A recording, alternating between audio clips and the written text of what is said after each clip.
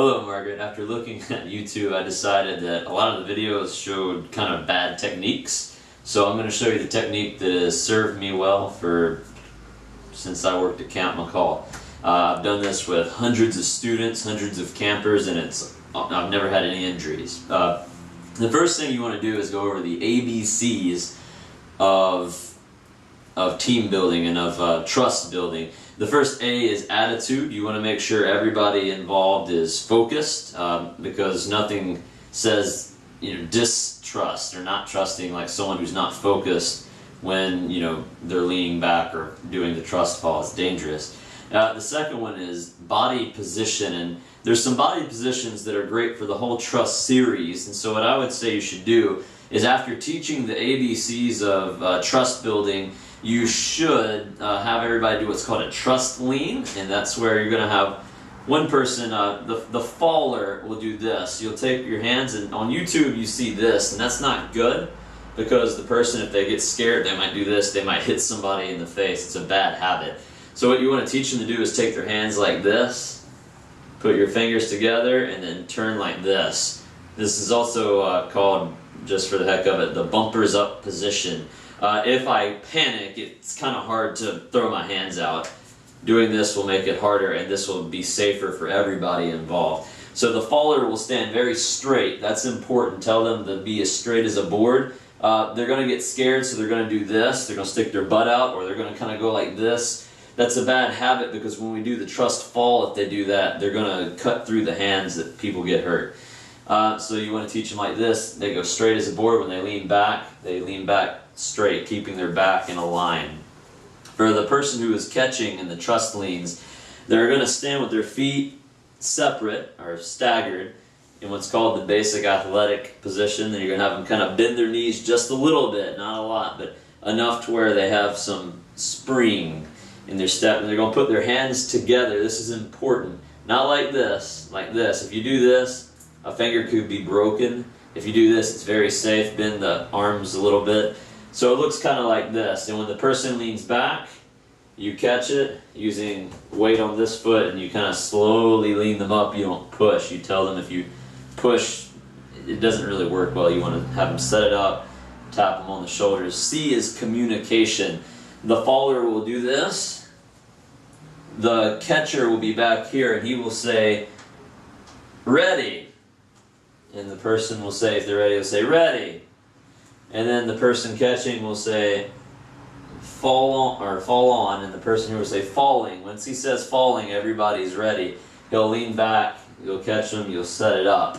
That's called a trust lean. And the same body position, the same communication, "Ready, ready," "Falling," "Fall on," will be used for every single activity. Once they say ready, everybody is focused, attitude, focused. For the trust fall, well, before we do the trust fall, you want to do trust leans in 2s. Then you can do trust leans in 3s, where the person will lean back. There'll be another person in front, so there's 3 people. Then you'll lean front. The person will catch them on their shoulders here and then set them back up. Again, not pushing, but you set them up.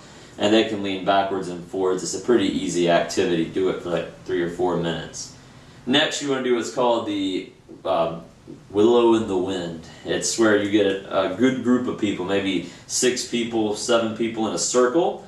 One person gets in the middle, again, bumpers up position. Everybody is in the spotting position, hands like this, knees bent. The person in the middle will say, "Ready, ready." Everybody says ready. If they're not ready, they say not ready. They don't say no, because that can sound like go, so not ready. And then when everybody is ready, the person will lean back and you will pass them around in the circle. I'll try to link a video of this if I can find it.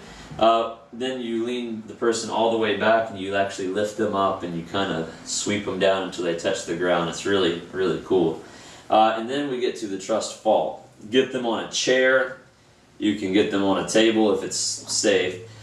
Don't go too high with this, but you want to get high enough to where they can actually fall. You have everybody stand in a line, and a lot of people would do holding hands. You could do that. I do what's called a zipper, so if I put my hands right here, somebody else's hand is right here. So there's no space, it's like a zipper. Make sure watches are off. that'll hurt with the person when they fall. Knives are off. Huh? Knives. Make sure knives are out of their pockets, especially the person falling. Keys. And keys. Everything out of the pockets. Hat. You want to take hats off. You want to take glasses off because they can cut or get smashed into the person's face. It hurts. Everybody that is catching needs to have no watches, no hats, because hats can stop people on the way down. It won't, hinder their fall. So everybody gets like this. This time we're going to change this, and we're just going to take our hands and do this. So everybody's like this, knees are still bent. Again, so there will be somebody standing in front of me, and their hands will go here.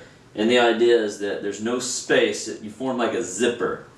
You need some person to make sure the person falling is lined up and that they fall straight back. And I'll try to show you a video of that. But again, if you do this, it's much safer than some of the things you'll see in the other videos. I've never had anybody get hurt with that technique.